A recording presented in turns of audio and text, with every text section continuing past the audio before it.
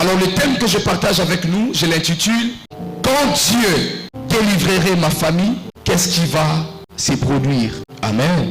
Lorsque Dieu délivrerait ma famille, on va lire un texte de la Bible et nous allons plonger dans la pensée divine. Psaume chapitre 68, le verset 6. Dans d'autres versions, ça sera le verset 7. La Bible déclare: Dieu donne une famille à ceux qui étaient abandonnés. Il délivre les captifs et les rend heureux. Les rebelles seuls habitent les lieux arides. Dieu donne une famille à ceux qui étaient abandonnés. Il délivre les captifs et les rend heureux. Lorsque Dieu délivre, il nous rend heureux. Amen, amen. Alors, quand Dieu délivrerait ma famille, qu'est-ce qui va se produire après? Lorsque Dieu va délivrer ma famille, quelles sont les choses qui vont se passer après? Alléluia. Dans le texte de départ, nous avons tous vu que la Bible déclare: lorsque Dieu a libéré les captifs, ces gens sont devenus heureux. Là où vous n'êtes pas heureux, comprenez que vous êtes encore sous la captivité. La première des choses qui s'accomplit dans la vie d'un être humain, lorsque Dieu se décide de les libérer, Dieu lui donne la paix. Être heureux ou être heureuse est une preuve particulière que Dieu a touché votre vie. Amen, amen.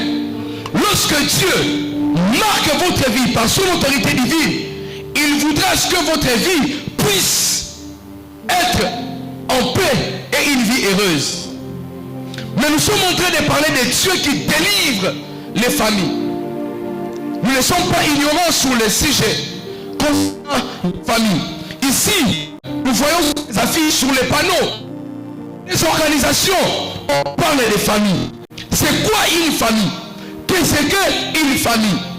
Nous en avons plusieurs comme définition. Mais souffrez un peu, je vais vous donner une définition qu'on nous a tous apprise à l'école, mais qui va nous aider. La famille est un regroupement humain formé de personnes liées par la consanguinité, ça veut dire par la voie de naissance reconnue, ou par affinité, ou alliance qui veut dire mariage. Ça, c'est ce que les dictionnaires peuvent nous définir. Les dictionnaires nous montrent aussi, nous avons la famille restreinte et nous avons la famille élargie, ou la famille en grandeur. Amen, amen. La famille restreinte est une famille qui est composée de papa, maman et les enfants.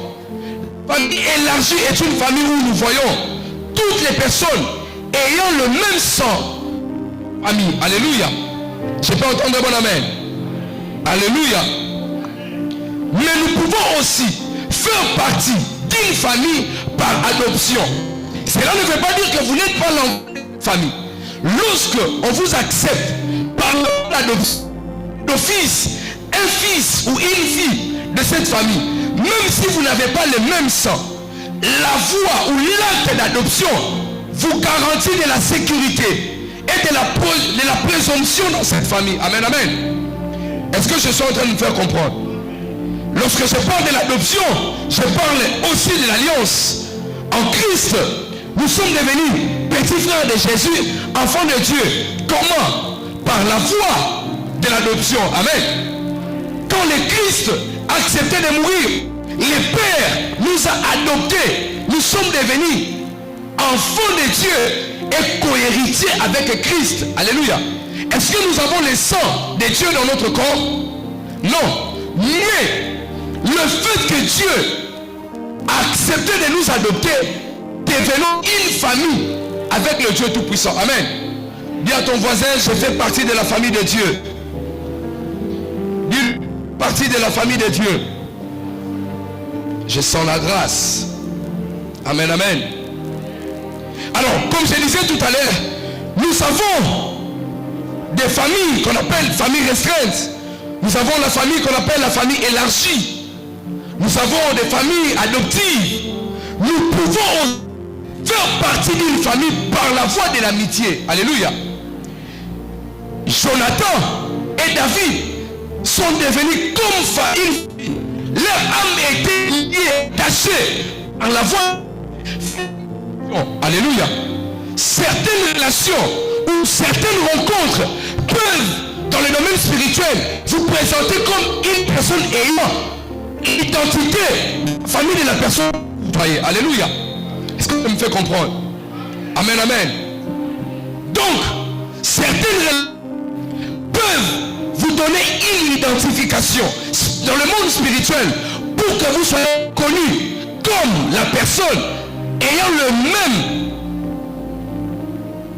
même identité avec votre conjoint, votre ami, votre camarade. Alléluia. Je disais tout à l'heure, on nous appelle la famille chrétienne qui nous a engendrés. Mais parce que Dieu nous a adoptés, la voie de l'adoption, c'est comme engendrer quelqu'un dans votre maternité familiale. Alléluia. Nous faisons partie de la famille de Dieu. Pourquoi je vous parle de toutes ces choses? Parce que nous voulons comprendre, lorsque Dieu délivrerait ma famille, qu'est-ce qui va arriver après? Alléluia. Dieu est un Dieu de famille. Les dieux que nous prêchons, les dieux que nous servons, les dieux qui nous conduit dans sa présence, c'est le Dieu des familles. Dieu, il a un regard particulier sur les familles. La famille n'est pas seulement ce que vous voyez, les noms que vous portez. La famille est au-delà du sang, du nom et des marques que vous avez. Alléluia. La famille a une place particulière dans le calendrier et dans le plan de Dieu. Alléluia. La famille. Dieu aime les familles. Et Dieu protège les familles. Il a dit à Abraham dans Genèse chapitre 12, le verset 3, toutes les familles de la terre seront bénies en toi. Alléluia. Donc Dieu, il a un regard favorable pour les familles. De telle sorte, Dieu se décide d'octroyer la bénédiction aux familles par la voix d'Abraham. Alléluia. Toutes les familles de la terre seront bénies par toi. Si Dieu avait dit à Abraham que toutes les familles de la terre seront bénies, toi tu seras cette source de bénédiction. C'était Abraham. Quelles sont des choses, des mots que Satan a dit aussi à notre ancêtre de la famille? Alléluia. Pour Abraham, Dieu lui dit, comme Abraham, il est le père fondateur de la famille qu'on va appeler plus tard Israël. Toute la famille, leur fondateur, c'est Abraham. La Bible déclare que toutes les familles de la terre seront bénies par Abraham.